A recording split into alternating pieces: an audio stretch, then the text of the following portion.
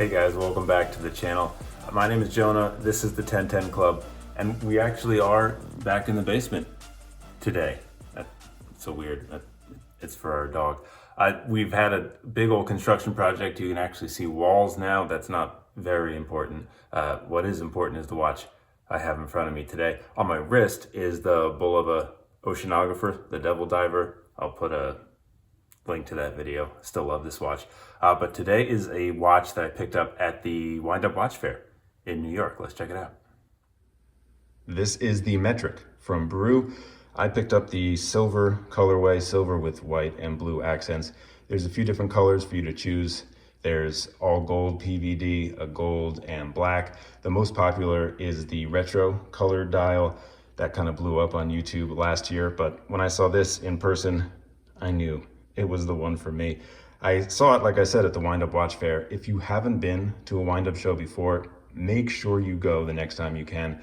Just so much fun, so interesting, so many watches. They have one in San Francisco, one in Chicago.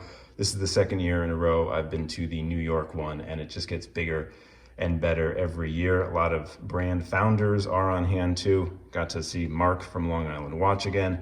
He got to see my dog. Also, Jonathan from Brew was on hand. Just check it out if you can. But back to the Brew Metric. We'll go over the dimensions, also the design on this watch. Some choices I have never seen before, and they are just so unique. Also, there is one rather glaring drawback to the design of this watch. Borderline unforgivable. I'm trying still to get over it. We'll cover that. And also, we'll close by looking at if there's any competition on the market for this watch. But first, this is a 36 millimeter diameter case, 41.5 millimeters lug to lug. I measure 11.2 millimeters thick. They measure 10.75, so let's compromise and say 11. Inside is a mecha quartz movement from Seiko, the VK68. So the chronograph hand does sweep, but the running seconds ticks just once per second.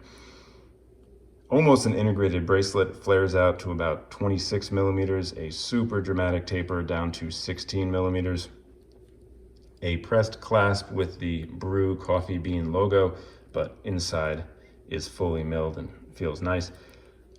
4 levels of micro adjustment on the bracelet, a high polish push-pull crown, another Brew coffee bean right there, 50 meters of water resistance, and this retails for $450 USD.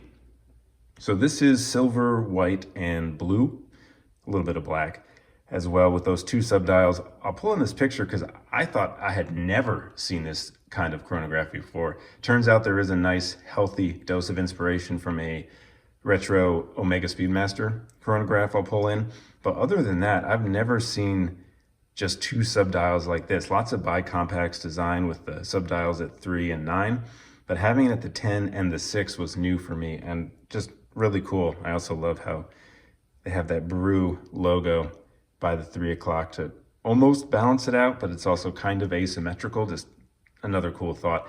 This might be the most well thought out and well designed watch I've ever seen, micro brand or not. So let's get into some of those details. So there's the running seconds at the 6 and then the 60-minute counter at the 10.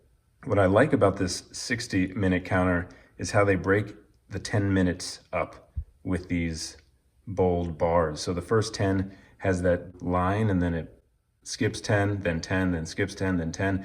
For legibility, this is just such a great idea because even from far away, you can get at least an estimation on how much time has elapsed, which I think is just such a nice idea. Applied markers all around, except for that 10 o'clock. Lume in the markers and lume in these stick hands, although not bright lume. Date is tucked in at the 4:30. Not a date on all of these watches. Different colorways have them, some don't. I like the date here. I feel like it's unobtrusive and fits pretty well. And this blue second hand has a cool little sewing needle circle as a counterbalance. I really love the depth of this watch, and the mirror finish on this platform that surrounds the dial really does draw attention to it. So it has a nice flat upper and then a dramatic drop with this chapter ring, white with blue markers, and then it drops even further with these two subdials, which also have multiple levels. So there's 1, 2, 3, at least 4 levels on this watch. Each of these subdials has like a thin surround where the markers are, and then the inner part of these subdials have very small concentric circles. The silver dial too is textured. It can be hard to see, but it has vertical lines going through the entire dial. Not only do you have to catch it in the right light to see it, but the dial kind of changes colors depending on the light. It's like a true silver, dark, and then it can get lighter, almost yellow, and then it can get to white if it catches the right light. So a very dynamic watch all around. As I mentioned, there are a few drawbacks with the watch. I'll start with the bracelet. It does look cool, but there is little to no articulation. This is as much as the bracelet articulates, which means that you're not going to get a very glove-like fit on the wrist, which is one of my favorite things. So a little bummed. It's overlookable if not for the second part of my issue with the bracelet, which is the lug width. This lug width is 19.85 millimeters. You heard me? 19.85. Frustratingly just off from 20 millimeters, which means effectively, even though this watch has quick release spring bars, which is very nice, there's nothing to change the mouth for except for another Brew strap. What I really want to do is have this on a mesh strap, but I can't do it. I have a 19 millimeter strap that's too narrow, it pops out, and I have a 20 millimeter that's too wide, and it is by a hair. It breaks my heart. Also, these are hair pullers, these links. So the last question is just about this watch's competition. For me, one specific watch does come to mind from Bayer, their R1 chronograph. Very similar as far as movement. They both have that Seiko Mecha quartz. The finishing quality, I got to see Bayer's R1 at the Wind Up Watch Fair as well. Very similar, also very similar retro vibes, and the price is also very similar.